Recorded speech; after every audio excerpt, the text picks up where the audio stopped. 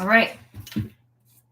Let's try that again. So in YouTube, whoever is there in YouTube, come in and let me know if the audio is working. Can somebody on Instagram go over to YouTube and let me know if the audio is working? My apologies, guys. Woo! It's working. All right. Let's start this all over again. All right. So my apologies, YouTube. You're getting just like my regular old computer audio. It's not going to be amazing, but c'est la vie. This is what we do. All right. So today we are talking all about how to never have no-shows again. How to always have clientele that confirm their appointments. They show up to their appointments. They pre-book their next appointment, and then they show up to that one.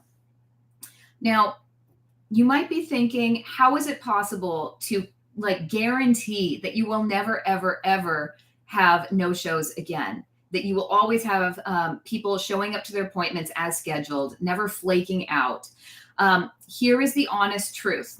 You can never guarantee that ever. Sorry, newsflash, we can't control other people. However, what you can do is train your clientele for exactly what you expect and exactly how you're going to treat them.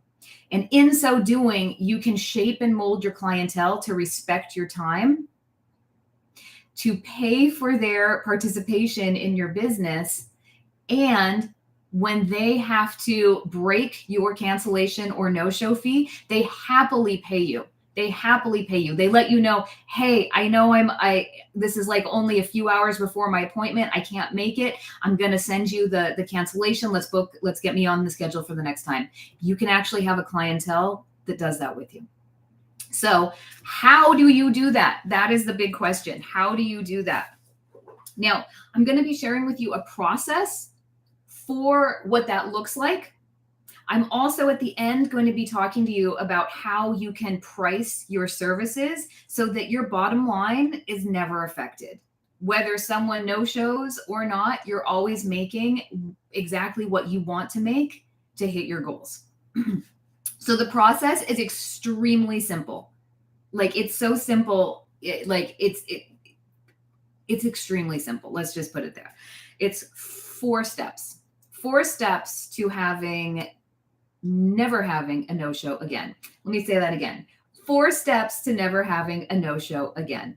First, establish what your policy is. Second, have your client agree to the policy. Third is to set your client up for success. And fourth, enforce the policy. So again, your steps to never having another no-show. Establish a policy, have your client agree to the policy, set your client up for success, and then enforce your policy. So what does that mean? First is you need to have an established cancellation and no-show policy. Now, this is going to look different for every one of you, but you need to take into consideration what your business looks like, how often you work, how often can you access your communication, how often do you want to access your communication? Because look, we could all be accessing our email, our DMs, our voicemails 24/7, but just because you're the boss, it doesn't mean you should. That is a fast track to burnout if you make yourself available to your business and to your customers 24/7, you will burn out. You will grow to hate your business. You will grow to see it as this ball and chain around your ankle that you can never get away from. So set yourself up for success and think about, okay, do I want to look at my communication on my off time? I don't think you should either. And I don't think that that's unreasonable to expect your clients to communicate with you during business hours. Or more accurately, it's not unreasonable to have the expectation that you communicate to your clients during business hours. I would never, even though I can email my doctor 24/7 and say, hey, what's going on with this? Or whatever. I don't expect her to return communication back to me until she's actually in the office. Like, I don't think my doctor doesn't need to be like answering all of my random questions, at 2 a.m. on a Saturday, just because that's when the idea popped into my head. So yeah, think about how much you want to be available for your clients, and think about how much time do you need ahead of time to maybe to fill an opened appointment. So when you're coming up with your cancellation policy, how much time do you need? There are some of you with businesses that if you have one day to fill an appointment, you could do it. You could. So if you know that is the truth, but you have like a 48-hour cancellation policy for your clients, like, is that really necessary? Like, be realistic about all of that. The other thing to consider too is like the size and duration of an appointment. Filling a 15-minute appointment is way easier than a person that's got, like a full body wax and your longest facial, and like a lash perm all booked on the same day. You have to consider those things. And then with a no-show policy, that actually means different things to different people. So does no-show mean same day? They just don't show up? Does no-show mean it is canceled with less than 4 hours? Again, some of you have appointments or have businesses where you could put on social media, I've got a last minute opening in 2 hours, and it would get snatched up. So all of these things are just things to consider as you draft your cancellation policies. Now, I think,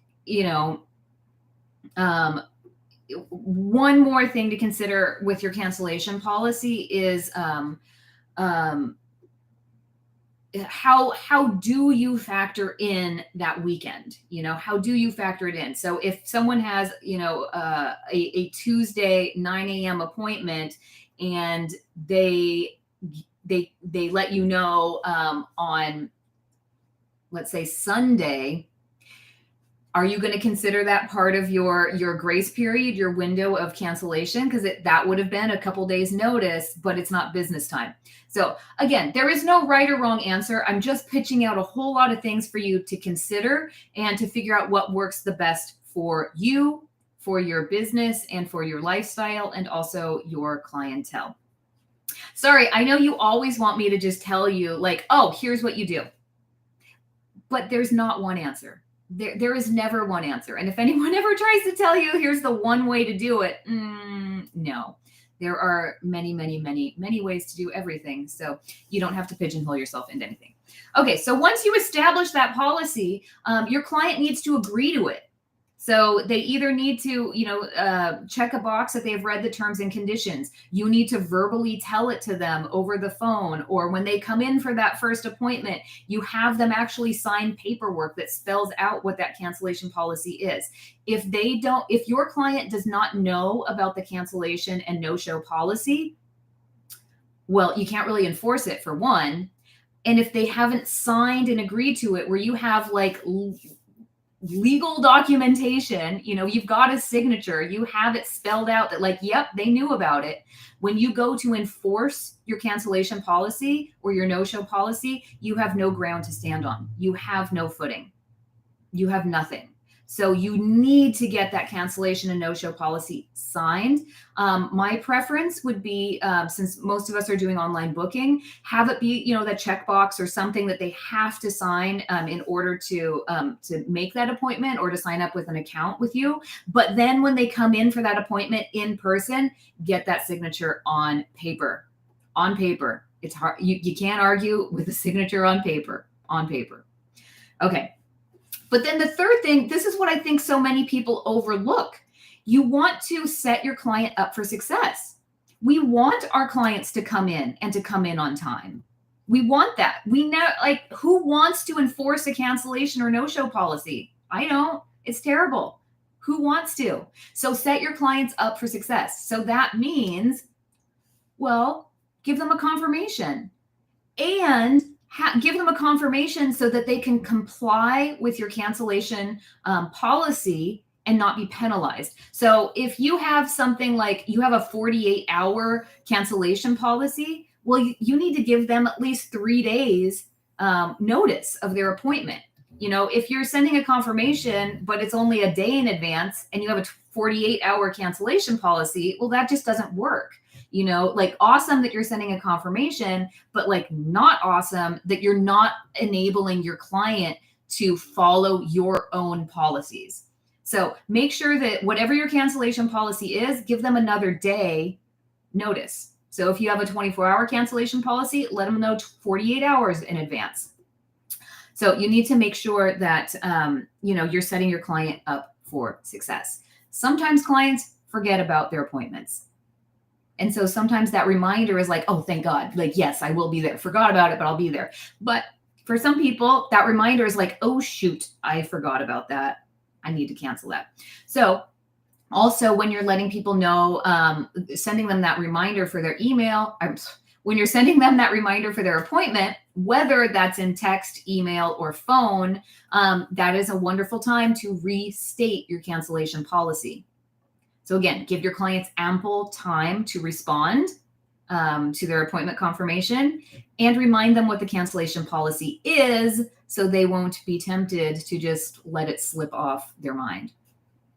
And now the fourth part, this is the part that nobody wants to do, but this is the part that will absolutely shift and change your clientele so that you do not have no-shows. And this is, you have to enforce your policies. You have to enforce your policies. So if someone no-shows on you, you charge them, whatever that is. What for some of you, that's a 50% charge. For some of you, that's 100% charge. You need to look into your state, your city, your region to make sure that that is legal. I have heard in some places you cannot charge 100% of the service fee if no one actually showed up to receive that service. Just something to look into. I don't know what your state says specifically. That's your job as the entrepreneur to figure out. But yeah, you got to enforce that policy. So what that looks like is you got to do the uncomfortable thing, which is you charge the card and you let them know. Either that's a phone call, an email, a text, or whatever. And don't be a jerk about it. Because at this point, this is just business. It's just business. It's not personal. So you've explained the cancellation policy. You have showed it to them and they have agreed to it. They have signed it. You have written proof that you can send to, a credit card company that they agreed to this policy. And that, you went ahead and took care of that no-show charge. And then it's up to you and what your personal policy is. You can, if you're nice, you can say, let's get you scheduled again so you can come in for your service. Or if it is your policy that you only allow 1, 2, 3, whatever no-shows, then you need to communicate that. So if you are like a hard-nosed, type of business owner and you're like, well, that's it, then you let them know, so sorry, that ends our relationship. I think that's a little extreme, but you might be at a place in your business where that is appropriate. Up to you to decide. I never got to that level. I'm a little bit nicer than that. But maybe you reiterate like, hey, I know that this happens every now and then. This is like your get out of jail free card. But if it happens again, that's it. Or if it happens, 2 more times, that's it. Or whatever it is. You just need to communicate that. Everything, you can communicate everything. Like everything, you can work. What am I trying to say? You can work everything out in communication. You just have to be in communication. And so many of us avoid those uncomfortable conversations. We avoid all of those things. You can work everything out in communication. Okay. So the thing to know is you will lose clients doing this. You will absolutely lose clients enforcing your cancellation policy. And is that a bad thing? Is it really a bad thing to let go of a client that isn't respecting your time? I don't think so. Is it bad that a client feels so disrespected by you because you called them out on their bad behavior and they decide to leave? Is that a bad thing? I think not. If someone is so mad at me for enforcing the policy that they knew about, that they signed up and like signed on the dotted line about, that really all this policy does is it respects my career and my time.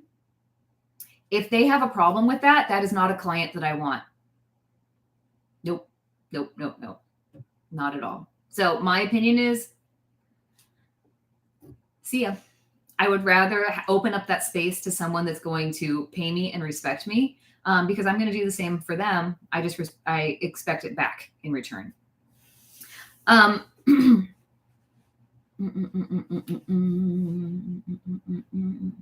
looking over my notes. Okay.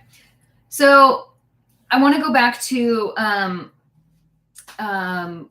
building your policy. So you do want to build a policy that's fair. You know, if you're like, oh, well, if you no show, then it's going to be 3 times the service charge and blah, blah. Like, no. This needs to be so fair that you could charge your 5 best clients and feel good about it. When I was initially thinking about this, I was going to say you could charge your best client and feel good about it. And I'm saying, that would probably make most of us feel bad. But imagine, walk with me. Imagine you had a day and your 5 best clients were like back to back to back to back. And you're like, oh God, this is going to be the best day ever. And then all of a sudden, none of them showed up. And you had done your due diligence. You know, they had gotten their confirmation with ample time. They all confirmed to it. You're like, awesome. I'm going to have my bestie day of all my best clients. You go into work that morning. There's no text messages, no DMs, no voicemails, no emails. You're expecting everyone's going to show up. And then all of a sudden, nobody does. And you know, these are like your diehards. They love you. You love them. 5 of them. I don't know about you, but I would be like, charge. Like, no, like that is an entire day wasted. So what would that charge be? For some of you, doing a full 100% charge feels icky. I get that. Some of you would only like, take a deposit off of that. So, you know, if you had like a $20 deposit and then you had 5 people, you'd made $100 in that day. Would that be enough for you? Is it $50? Is it half the service charge? Like, figure out what is that number that in that situation where your 5 best clients no showed on you, where you would feel like, okay, I know I didn't do any services today. I didn't make, you know, as much as I could have, because your 5 best clients, that could be like, you know, multiple $1,000 day. You know, so it's not going to be that day, but it's also your 5 best clients. So they're probably going to reschedule. So what would I need to get paid for this day where I didn't work at all, but I was kind of tied to work, so I couldn't leave? Like, what would I need to get paid for that? I don't know the answer to that. Only you know the answer to that. But also in this situation, it's your 5 best clients. So what could you charge them where you're not going to end up feeling like, oh my God, these are my 5 best clients. I'm going to lose them all or whatever. You know, what is that number? It might be 100%. I'm not saying it's not. I just want that to be maybe something inside of your head that helps you figure that out. So that being said, now that we've talked about our 5 best clients, of course, there will be times when you don't enforce your cancellation, your no-show policy. Shit happens all the time. And, you know, your very, very best client gets in a car accident on the way to your appointment or whatever. Oh my God, don't charge them. You know, there's always going to be an exception to the rule. You know, if it's an honest mistake and someone just, you know, forgot or they get tied up or whatever, and you're like, oh, so sorry, you know, cancellation policy. And then on those rare occasions where like something major actually happens, like this has happened to me, like a client gets into a car accident on the way to the appointment. No, I am not going to charge them for that. Like, I'm not going to add insult to injury. But if it's just like whoops, I was having lunch with my girlfriends and forgot, I'm going to charge you. I'm going to charge you for that. So now the last thing that I wanted to talk about is kind of really the impetus behind the salacious headline of this video, which is never have no shows again. And no, we cannot control other people. We cannot have you actually never have a no show again. I mean, the policy that we just explained will dramatically reduce your no shows over time because it's going to help to train your existing clientele how to treat you. And it's also going to whittle out all of those not great clients that you don't really want anyway. So the way that you can do this to actually have a never have a no show again on paper is to price your services to account for attrition. So to price your services to know that clients aren't going to behave 100% perfectly at all times. And so that you can account for the occasional missed appointment and it won't affect your bottom line. How do you do that? It's math. I mean, I say this all the time, but so much of business success is just math. Now, I don't know about you, but when I price my services, I create a whole spreadsheet. It's a whole spreadsheet that takes into consideration many different things because when you're pricing your services, you shouldn't just be pricing them based on, well, that spa over there charges 100 and that one charges 120. So I guess I'll take 110 because it's right in the middle and it's like average of what people do. You know, that's how most of you are pricing your services. That is not how I want you to price your services at all. I want you to make a spreadsheet and I want you to figure out how much money do you want to make first. First and foremost, you have to figure out how much money do you want to make? Do you want to make 10K a month? Do you want to make 20K a month? Or would you be happy, healthy, rested, relaxed if you made 55K a month? I don't care what you make, but you need to figure out what you want to make. Okay. So then once you know how much you want to make, you can, based on how much time you are working, like how many hours you are available per month to provide services, you can determine what you need to price your services at to hit that number. So I go way further than that. And I also add into that what my service supplies are, what my overhead expenses, my, my what those are, and I add that into my hourly rate so that I'm making the profit that I want to make in order to hit those numbers. And then here's what they do on top of that. I add a tolerance. So I take that number, because once you do all those calculations, you figure out that number, and that's the number that's telling you if of the time that I am available to see clients, I will hit my numbers. So what I like to do is say, okay, that's the number if I'm 100% booked, but I'm not going to be 100% booked. Like, look, things happen. So I like to find that number based on like 80% capacity. So what that does is that tells me, okay, I have to charge this amount of money to hit my monthly goal. And I only have to be 80% booked to hit that goal. Does that make sense? So,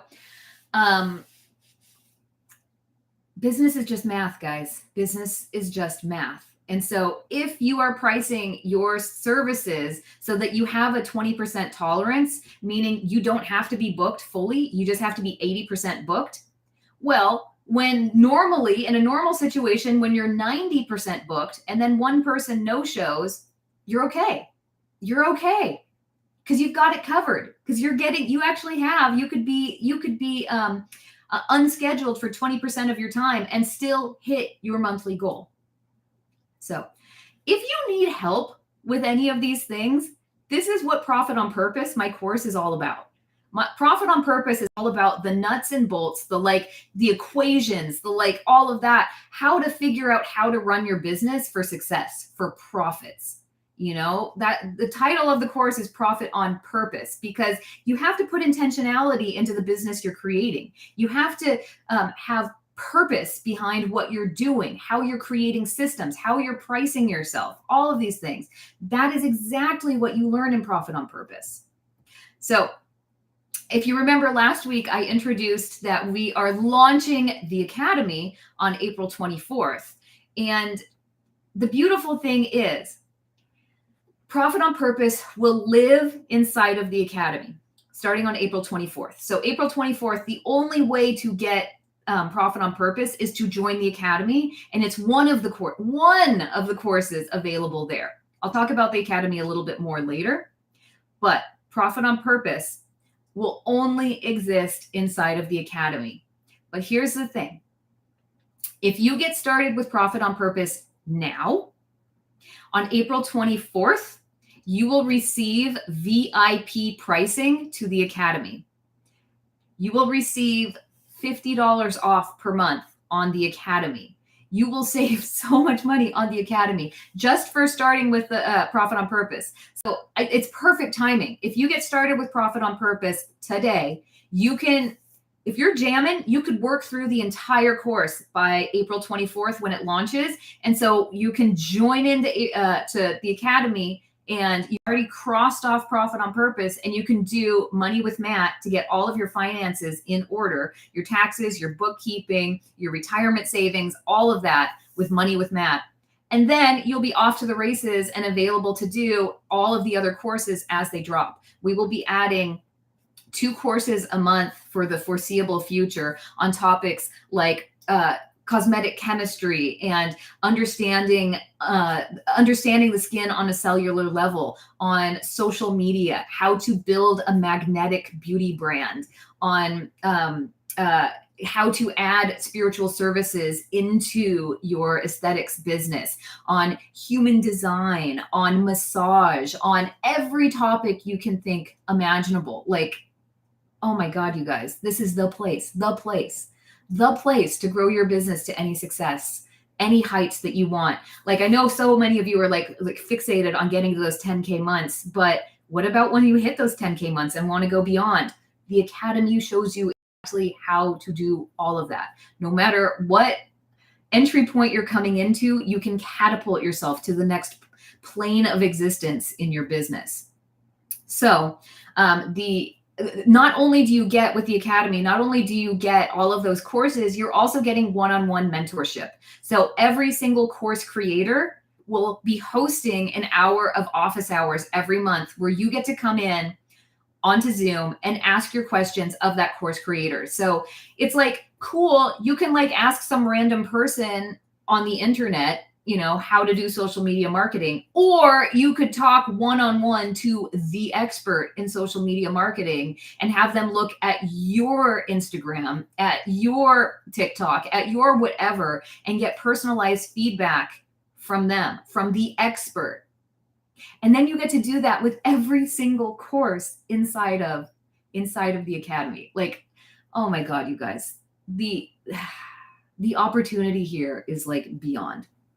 So the Academy will be offered at $250 a month. After you're in the Academy for an entire year, that price will dramatically decrease. I really want you to get in for a year because you have to give this time. You have to give your business time. And so stick with us for a year. After a year, I will give you a smoking deal, like a smoking deal, but you got to give it a year. Now, here's the thing. There will be no discounts on opening day for the Academy, except if you are already a member of Profit on Purpose. My OG members of Profit on Purpose, the ones that got started on day 1, September 15th, you will get like the most incredible deal. Holy moly.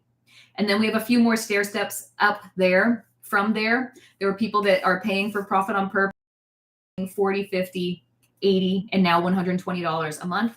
And you will have discounts based on those prices. But here's the good thing. You can get started in Profit on Purpose today for $120. And that will give you access to the Academy at only $200 a month. Now remember, it's going to be $250 a month for everybody else. But for you, inside of Profit on Purpose, it will be only $200 a month or less if you got started months ago. So I think that's all I have to tell you. I think that is all. If you have questions, I am sorry, Instagram, I will not be answering them. If you have questions, you have to head over to YouTube. You can head over to YouTube now and type in your questions and I will answer them. If you've typed them in already on Instagram, I'm not looking there. I'm sorry. You got to head over to YouTube. Love Life Thursday will only be on YouTube from here on out. I will go on Instagram maybe twice more. So during the transition, but like in 3 weeks, I won't even show up here on Instagram. You got to head over to YouTube. So YouTube, what questions do you have? Let me look. All right. All right. Kat says, I'm in the process of building my business as a chair renter. If I use a skincare line that doesn't have comp oils, hand lotions, etc., is it possible to use a different brand? I, unfortunately, do not really understand your question. I'm sorry. So I'm in the process of building my business as a chair renter. If I use a skincare line that doesn't have...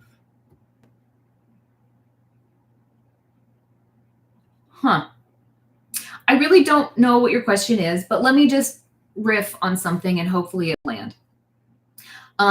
You can use as many skincare lines as you want in your business. There's like nowhere that it says you can't. However, it becomes expensive because a lot of companies will have minimum orders, and it just becomes prohibitive to like cherry pick from different lines. Unless it is a line that allows you to do that has no minimum order or no minimum SKUs or anything like that. But honestly, especially in the beginning, there's no reason to start out the gate with multiple lines. There are plenty of lines out there that have pretty much everything you need.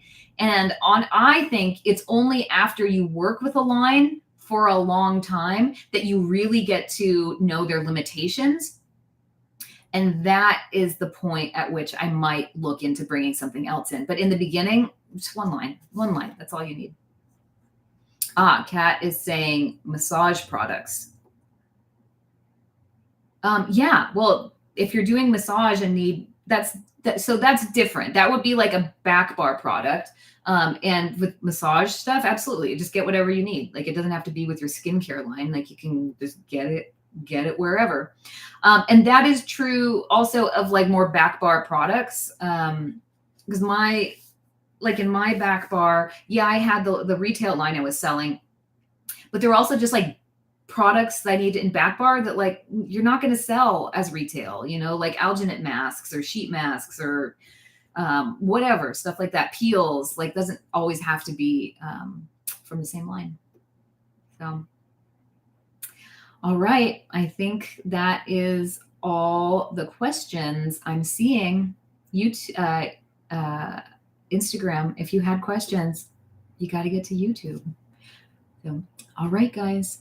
One more thing, as we're talking about the Academy, if you know of an educator that you would love to learn from, to view courses from, let me know about them, because and right now I'm just trying to connect with all of the best in the industry. Like, luckily I have the most amazing friends, and my friends are all industry titans and, experts and entrepreneurs, and the initial lineup of instructors for the Academy is phenomenal, but I want this to be a continually growing and evolving space. So if there are people that you want to learn from, let me know about them. Or if you are an educator and you have a course that you would like us to distribute, let me know. Let's get in touch and figure out if that is a good fit for both of us.